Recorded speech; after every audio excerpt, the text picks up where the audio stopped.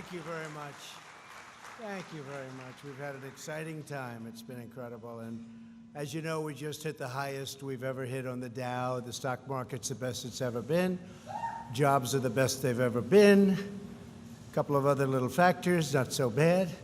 We're doing great, and we have a great military, and I thank you for that. And I want to thank Marilyn. She's been a friend of mine for a long time, and she's done an incredible job, and she just did me a beautiful favor, keeping it a beautiful Sikorsky plant open in the great state of Pennsylvania. Some people would say Commonwealth. I'll call it both. But all I know is they're really happy in Pennsylvania right now. And we love Pennsylvania, and I really appreciate what Maryland did. I'm thrilled to be back in your great state, a state that I won, and we won it not so late in the evening, a little bit early in the evening, actually, which is even better. And we had a lot of support from your company. Derco has been incredible. We have a lot of support here, and one of the reasons I'm here is Marilyn. One of the reasons I'm here are you, because we really have had tremendous, there's a great spirit in this company. We're here today to celebrate the triumphant return of American manufacturing. You know what they said, it was going to be gone, but it's not gone. It's really thriving, and it's starting to build up at a level that nobody thought was possible. Everything we're doing to keep the assembly lines rolling full speed ahead, that's being done, and we're doing it right. We're proudly defending our most important national resource, the American worker.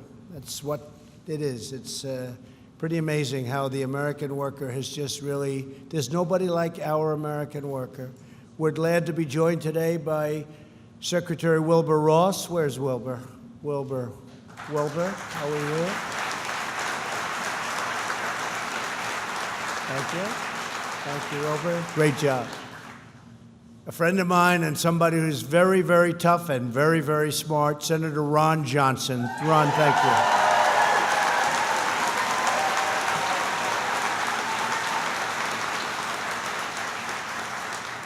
And two real fighters. They fight for us, and they fight for you, and they fight like nobody. Representatives Glenn Grothman and Sean Duffy. Sean, thank you, Sean. Thank you, fellas. Thank you. I especially want to thank your general manager here at Derco, Peter Winkler. Peter? Good job. They were showing me some of the work they do. It's beautiful, it's complex, and it is real stuff. That's the real deal, right, Peter? For 40 years, the patriots of Derco Aerospace have built and repaired parts for airplanes, jets, and helicopters, and you have done it with unmatched precision and unmatched skill. Really an incredible company. Recently, our entire nation was inspired by the mastery of your craftsmanship during our wonderful Independence Day celebration on the National Mall. It's called a right? Salute to America. That was something. They weren't sure, the fake news, they weren't sure if people were going to show up. Did they ever show up, right? Did they ever show up? We had a tremendous, it was packed, and it was raining. It was, people said, did I have a tent? Because I looked very dry. I said I wasn't dry and I had no tent. It was a rainy day, but in a way it was a beautiful day. And when those planes and helicopters flew overhead, it was something like we haven't really seen too much lately. There's tremendous spirit and love in our country. That day, the United States Marines soared overhead in a magnificent aircraft like the ones you support from here in Milwaukee, the MV-22 Osprey. Our country also witnessed the awesome might of the U.S. Navy flying another plane that you will soon support, the unstoppable stealth F-35 Lightning II.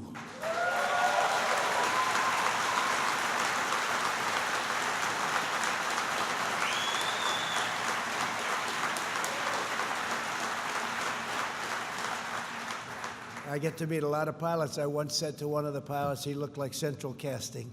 He looked like Tom Cruise, but maybe better. A little taller and a little stronger. And I said, so tell me, how good is the F-35 compared to other planes, enemy craft? He said, well, they have a problem. They can't see it. I said, that sounds good to me, not knowing too much about it. That sounds good. But he said, there's nothing like it. And I remembered that was a long time ago now, toward the beginning. In addition, workers at this facility help maintain our massive C-130 Hercules transport planes and our fearsome UH-60 Black Hawk helicopters and our F-16 Fighting Falcons. Great.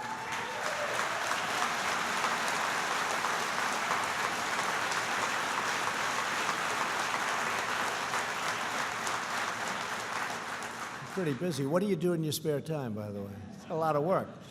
With the help of 280-pound Americans at DERCO, and you know what I mean, the USA truly has the best aircraft, flown the best pilots, and we have the greatest pilots in the world. They fly they are pilots like no other. Made and maintained the best workers anywhere in the world, and I'm excited to hear that thanks to your new responsibilities for the F-35, your company will be expanding its workforce by 15%. Is that right, Marilyn? Wow. That's good. That's good.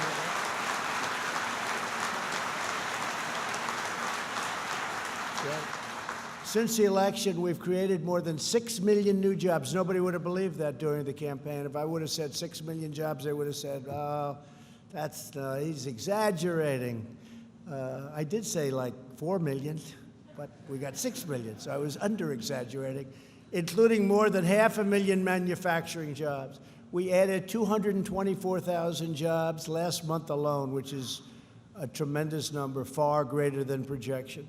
Last year, U.S. manufacturers reported the highest optimism ever recorded. So folks like Marilyn would say we're the most optimistic we've ever been. Would you say that's true? You better say yes, Marilyn. She knows. I know Marilyn very well, and I know she feels that way. We're now the economic envy of the entire world. When I meet prime ministers and presidents and kings and queens, they all start off by congratulating me on the great economy. Wages are rising fast, and rising fastest for our blue-collar workers. That's exciting. You hear so much about the upper end. Well, they don't realize the blue-collar, proportionately blue-collar workers, the manufacturing companies, these are the companies that are doing so well. Unemployment has reached the lowest rate in over half a century, and we expect to soon be beating that.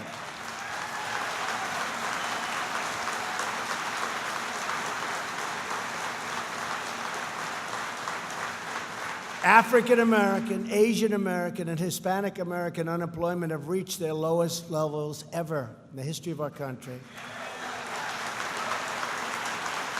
And right here in Wisconsin, the unemployment rate is just 2.8%, among the very lowest in the country. It's a great state. It's a fantastic state. So, doing some phenomenal work.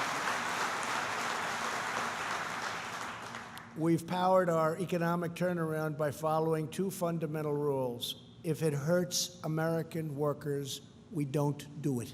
It's very simple. And if it helps American workers, we definitely do it, and we do it quickly. It's very simple.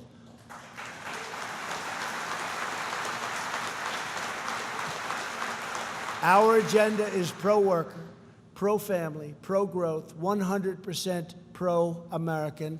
It's America first. It's make America great again. And you know what? Now it's keep America great, because we're doing awfully well. We're doing awfully well. To stop the offshoring, you know what offshoring is, of American jobs, I signed the largest package of tax cuts and reforms in the history of our country. Since then, $876 billion, that's a lot even for you, Marilyn, right? That's a big number. Has poured back into the United States from abroad. We want companies to invest, hire, build, and grow right here in America and right here in Wisconsin.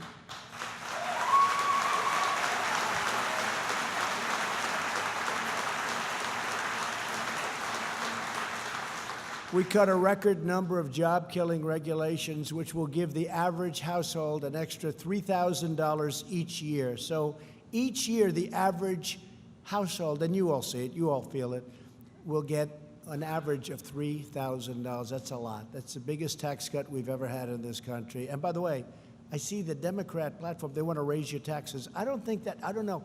Maybe, I haven't been a politician too long. Somehow that doesn't play well, right? They want to raise your taxes. Okay, we'll figure that one out. We launched an American energy revolution. The United States is now the #1 producer of oil and natural gas anywhere in the world, and it's not even close.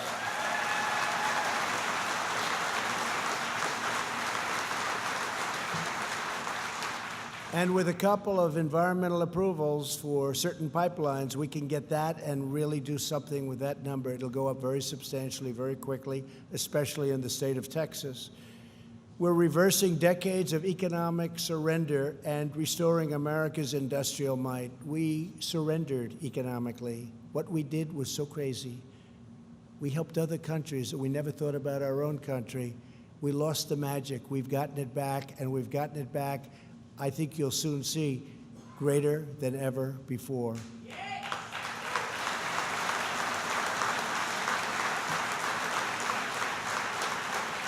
And your executives know this. Companies are pouring back into our nation. Automobile companies from Japan and other nations are pouring back in. Many of the great auto companies are coming back into Michigan. They're coming back into Pennsylvania, Ohio, Florida, North Carolina. You have not so many jobs left. We have to get some more workers over here, I think, Maryland. We have to do something. But we have automobile companies and other companies pouring back in. And you had the greatest year you've ever had in the history of this state. This is a great state, but you had your best economic year that you've ever had, so that's great. Our nation was made of vibrant and strong, and it's got to be the most powerful, the best. It really was made with American manufacturing.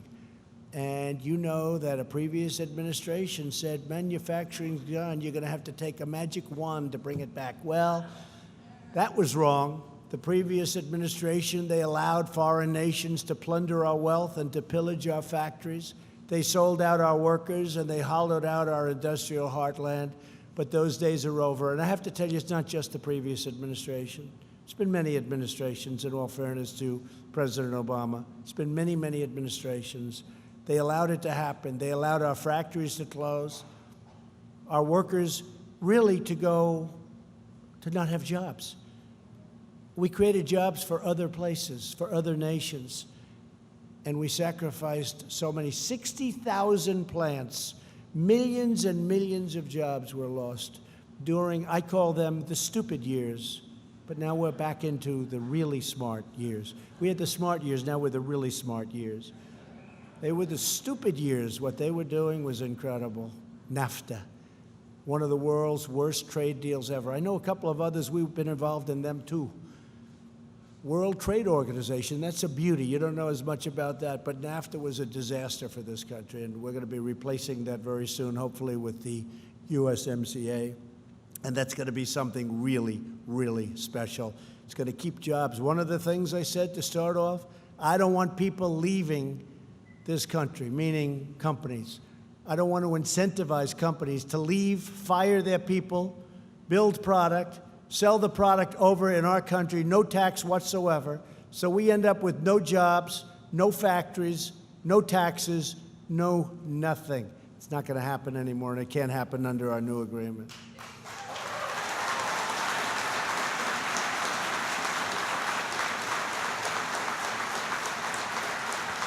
And I've been talking about this subject for 20 years. It's possibly one of the reasons I ran.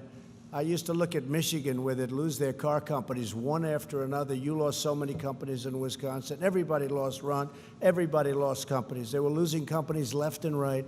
And we're not going to have that anymore. We have an incentive now to stay in this country. We have an incentive to build and manufacture in this country. And that's the way we want it. That's the way it's going to be. It's going to be America first.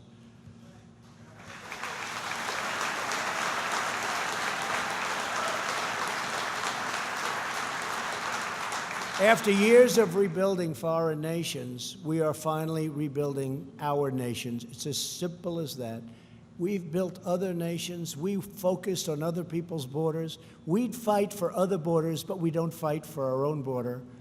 We have open borders, and they had our military men protecting their borders. Figure that one out. But it's all changing, and it's changing very rapidly, and we're doing really well right now. Mexico has 21,000 troops on the border, guarding our border. Our laws are so bad, our military can't do a damn thing. We have the greatest military in the world. But between catch and release, we catch them and we release them. Think of it. We catch them, take a little number, come back in 3-4 years. These are the Democrats, and they should change him, Sean. They should change him so easily, but they don't want to do it. It's politics. They want open borders. I really think they want open borders. Even though 4 or 5 years ago, they all wanted strong borders and they wanted walls and everything else. That was when they were sane, but they're no longer sane. For years, politicians let China take the crown jewels out of our country. My administration has taken the toughest ever stance to stop these incredible abuses. As a candidate for president, I also promised to replace the disaster known as NAFTA. Since NAFTA's adoption, the United States was losing jobs and losing plants like nobody's ever lost before. Almost 1 in 5 auto jobs were lost due to NAFTA, and I think that's a wrong number. I think it's worse than that. But now we're demanding that you get, as people working here and as companies and as a great strength, I want you to have strength, but I want you to have a level playing field. Because when you have a level playing field, nobody can beat you. You didn't have a level playing field. You had a playing field that was like this, and you had to go uphill. That's why we're replacing NAFTA with the brand new U.S.-Mexico-Canada agreement. The USMCA will be the most modern, cutting-edge trade agreement in history, with the strongest protections for the American worker ever put in any trade agreement. And that was the single most important thing to me. The USMCA will close the biggest loopholes that caused the mass exodus of manufacturing. You had an exodus of manufacturing under NAFTA. By ratifying the USMCA, Mexico is now committed to be the toughest and have the toughest labor provisions, the highest environmental standards, and the most comprehensive enforcement provisions ever implemented in a trade agreement, ever. For years, labor unions and lawmakers urged past administrations to secure these types of trade provisions. They did absolutely nothing. No administration did anything except lose jobs. We were laughed at by the rest of the world. We were patsies. And I didn't blame China. I didn't blame all of these countries. Mexico, they took 30% of our automobile business. I don't know if you know that or not. They have plants, the likes of which you've never seen before. They took 30%, probably more than that, of our automobile. I don't blame them. I don't blame anybody. I blame our past leaders. I blame the people in administrations that allowed this to happen. It's not China's fault that we were stupid. It's not China's fault that we allowed it to happen. We lose $500 billion a year. It's now turning. We're taking in billions and billions of dollars in tariffs. I'm giving billions of dollars back to the farmers because they pinpointed the farmers. They said, we're not going to buy here, we're not going to buy there, because then Trump will stop doing to us what he's doing. Except the farmer said, we don't care, because he's right. Because for 15 years, the farmer, if you look, 15 years, it's been like this. It's a one-way street, and it was a street downward. But it's been incredible. And I'll never forget, I had a meeting, Marilyn, with farmers a year ago. And I told them what is going to happen. And I said, you're going to be the single biggest beneficiaries ultimately. And I said, we're going to get you subsidies. We're going to get, and farmers looked at me like all at one time. I had probably 30 in a big, beautiful room, the cabinet room at the White House. Beautiful for the cabinet. But I wanted the farmers in the cabinet room because I like the farmers. And they said, sir, we don't want subsidies. I said, what do you mean? We don't want subsidies. We want a level playing field. I said, how can you tell me? Nobody's ever said that. Everybody's coming in here looking for whatever they can get. We don't want subsidy. It was, to this day, it's never happened before. They didn't want that. They just wanted a level playing field. They said, give us a level playing field and nobody can beat us at what we do. I thought it was one of the most beautiful things. But in the meantime, they were targeted by China. I went to Sonny Perdue and I said, Sonny, how much has China spent, let's say, in just about the biggest year? He said, $16 billion, sir. I said, here's what I'm doing. I'm giving our farmers $16 billion out of the tariffs, which frankly are much more than that. I shouldn't say that because they'll ask for more. But they are. The tariffs are far more than that. And a lot of companies are leaving China now because they want to go to a non-tariffed country. And some of those companies are coming here. It's been incredible. We're taking in billions and billions of dollars, and I'm giving our farmers a chunk because they were targeted. These are great American patriots. And I'll tell you, I didn't see anybody. You know, they go and they do these focus groups on television, even on the real fakers on television, where you think it would be the farmers' world. No, it's not like things are perfect, but we're with our president. But now things are pretty good because we are doing $16 billion, and that was the most that China ever purchased. And some of the farmers are really doing well. I think they're really starting. We're over the hump. We're doing really well. And in the meantime, our government has billions of dollars of money pouring in, and that money is paid for by China through reducing, if you take a look, what they're doing is they're playing around with their monetary policy to a level like nobody's ever seen before. We're not paying, and they're also pumping out cash into their system. And China's paying. Our people are not paying. Now, other countries, it's a little bit different. China's China. But they're doing things in order to make sure that they keep those jobs in China. But they're losing a lot of companies, and some of those companies are coming here because we get it done. We know how to get it done. I know how to win. We win. Marilyn knows how to win. This company knows how to win. The job you've done is incredible at this company. That's why I'm glad I'm here. The USMCA is vital to the future of the American automobile industry. Under NAFTA, foreign companies could manufacture thousands of their parts overseas, ship them to Mexico and Canada for assembly, and send their foreign-made cars right into the United States tax-free. You knew about that, Mr. Manager, right? Tax-free. That doesn't work too well, right? Wouldn't you say they should have ended that about 20 years ago? With the USMCA, we have declared no more of that nonsense. We're not letting it happen. 75% of every automobile under the deal must be made in North America.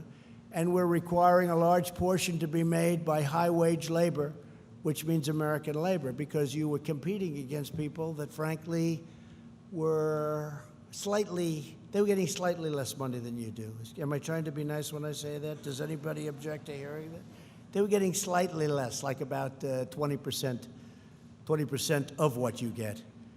The USMCA is, but it was unfair to our country. It was unfair to our people. It was unfair to our workers. The USMCA is estimated to create 76,000 brand new American auto jobs, and very quickly. That means more cars, more trucks, and auto parts will be stamped with those beautiful words, made in the USA. Remember, we used to see that all the time, made in the USA?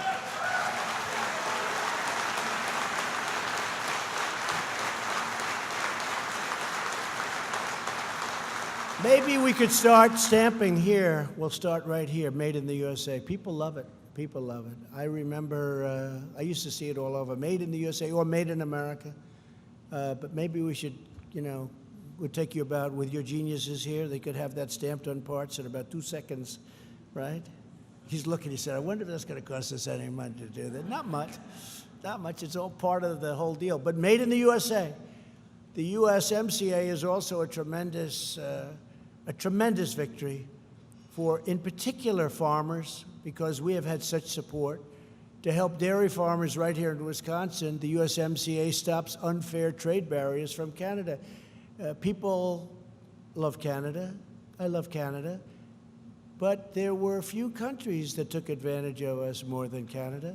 They were charging us tariffs of 297%. They wanted to keep it under 300 because it sounded better. 297%. Nobody knew that. The farmers knew that. They knew it very well, because essentially what they're doing is they're saying you can't sell your product in Canada because the tariff was so high. You couldn't sell it in Canada. Under our trade agreement, we will see significant increases in exports of Wisconsin agriculture, supporting jobs throughout the state. It's going to have a tremendous impact on your agriculture and on your manufacturing. Once fully implemented, the USMCA will bring up to 600,000 jobs to our shores, and it's probably going to be well over 1.2 million jobs.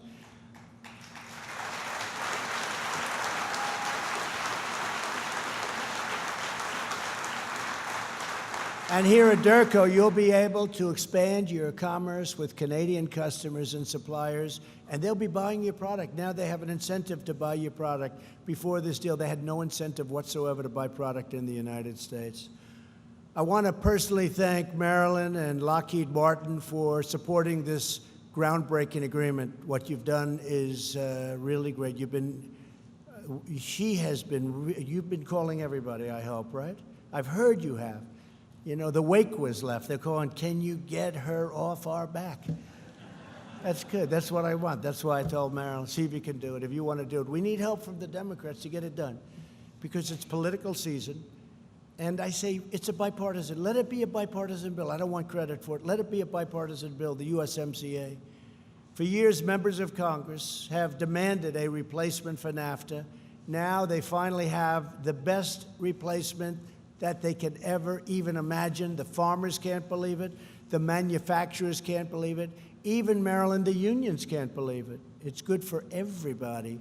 So on behalf of our nation's loyal, hardworking citizens, I'm calling on Congress to pass USMCA and send it to my desk immediately for signature. We shouldn't be playing around. And every day that goes by, it gets more and more political because we get closer and closer to the election. And maybe it's harder. It shouldn't be hard. I mean, the day before, you should sign this the day before the election. But view it as a bipartisan bill. And it shows that Congress is doing something other than wasting time on the witch hunt and the nonsense that they work so hard at. They work so hard. If they worked 1/100th as hard on immigration, it would be solved in about 15 minutes. Just a waste of time. Amazing.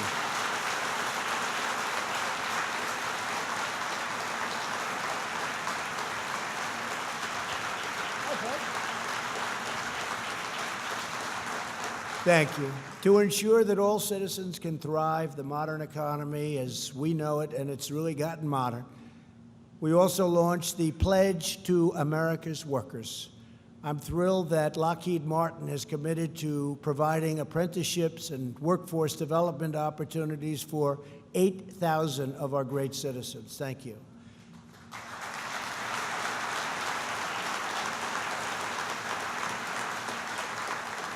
My administration lives by a very crucial motto, a motto that you would agree with 100%. Buy American and hire American. Those other days are gone.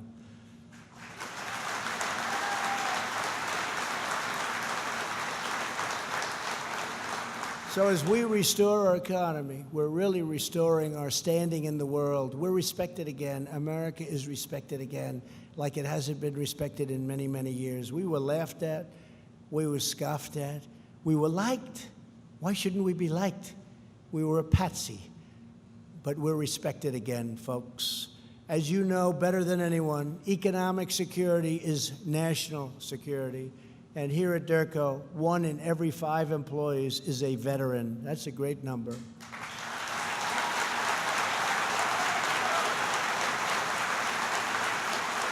Great number.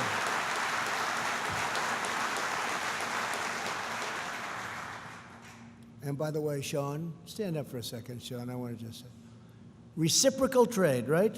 I put him in charge. I said, do me a favor. When a country charges us 100%, we charge them 100%. When a country charges us 25, we charge them 25. When one charges us, in some cases, 340%, we charge them 3. So something's going to happen. Maybe they'll go down to 0, or maybe we'll take it a lot of money. But Sean's in charge. The Reciprocal Trade Act of probably, we'll say, 2019 or 2020, call it whatever you want. It has to get done. When that gets done, nobody's going to be taking advantage of this country any longer. So I appreciate you doing that. Reciprocal Trade Act. My favorite word, reciprocal.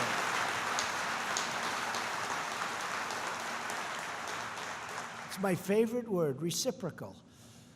Among those with us today is Teresa Spradertrin, who began her career in the U.S. Air Force and the Wisconsin Air National Guard. Where is she? Where is she? Come on up here. Come up. Come on. In the military, She supported legendary aircraft such as the U-2 and the SR-71 Blackbird for the past 21 years from right here in Durko. They like you, by the way, Teresa. They really like you. You know, you like them too, I'll bet, right? I do. Teresa's continued to keep our nation's aircraft flying. I want to just thank you. You're a very special person. I said, I want a couple of special people. We don't have too much time, just give me one. And they gave me you. That's pretty good. Say a few words.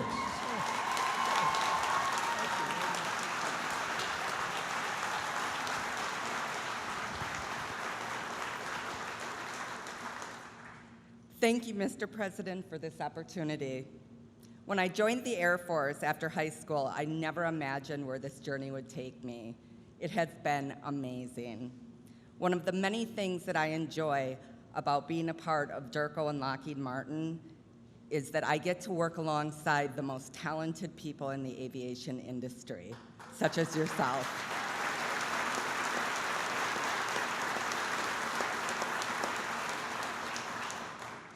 As a veteran, I'm incredibly proud to work for Lockheed Martin because I continue to support our men and women in uniform every day.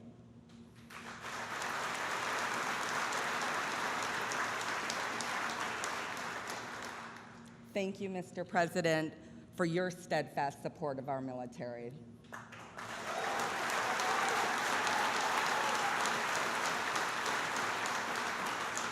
I would also like to thank Ms. Houston and my Lockheed Martin and Durko family. Most importantly, I would like to thank my husband for taking this journey with me and for his service to our country as a military retiree.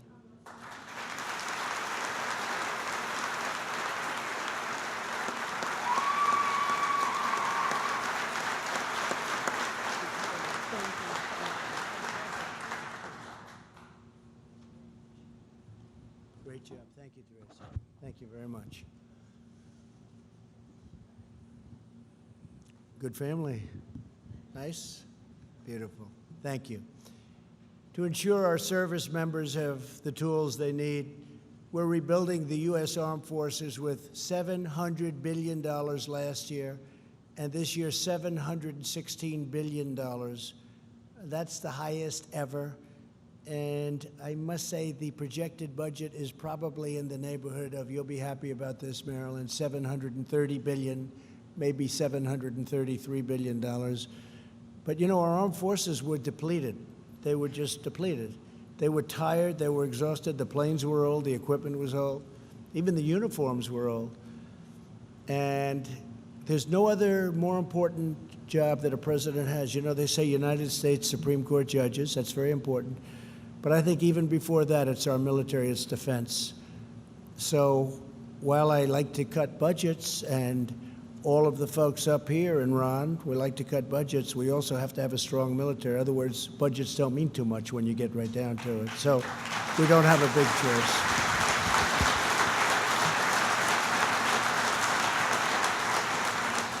So our commitment to our defense industrial base is creating jobs for Wisconsin workers in Milwaukee, Oshkosh, and all across this wonderful state. From Wisconsin to Arizona, Pennsylvania to California, workers such as you are forging new tanks and ships and submarines and beautiful American aircraft to make our military the most powerful anywhere on the face of the earth. Our military now is new. We have new planes. We have new ships. We have many ships being built, many submarines being built, submarines like nobody's ever seen before, and other things. Men and women like you make this country run. You make this country proud. You make this country great. You keep our lanes of commerce flowing, our communities thriving, and our great American flag flying high. The magnificent red, white, and blue flies high.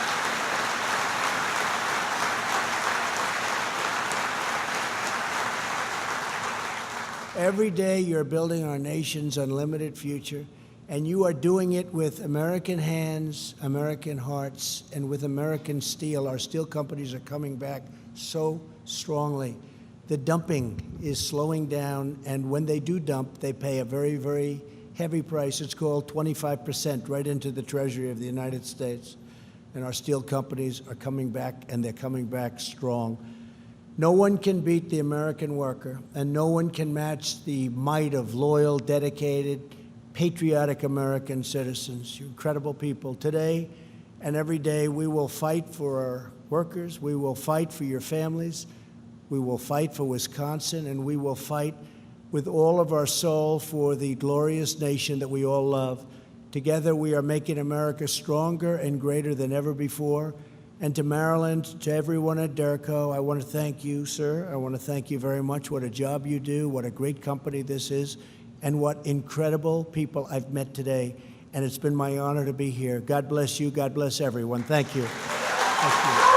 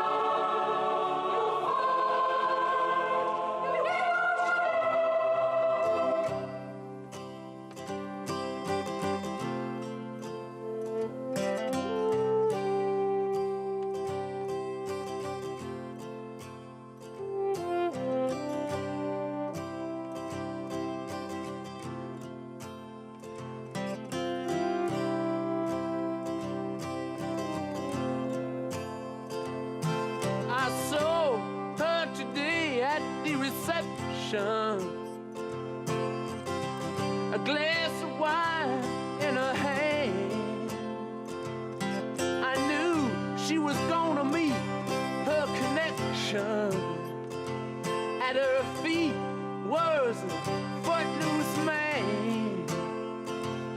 You can't always get what you want.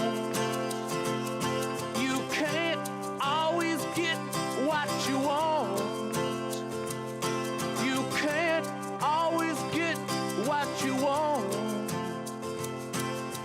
Try sometimes, well, you might find you get what you need.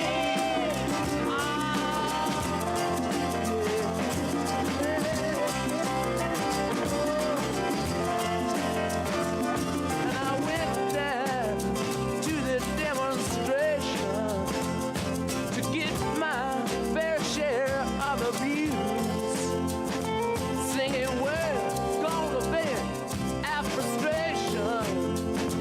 If we don't, we're gonna blow a 50 amp fuse. Sing it to me.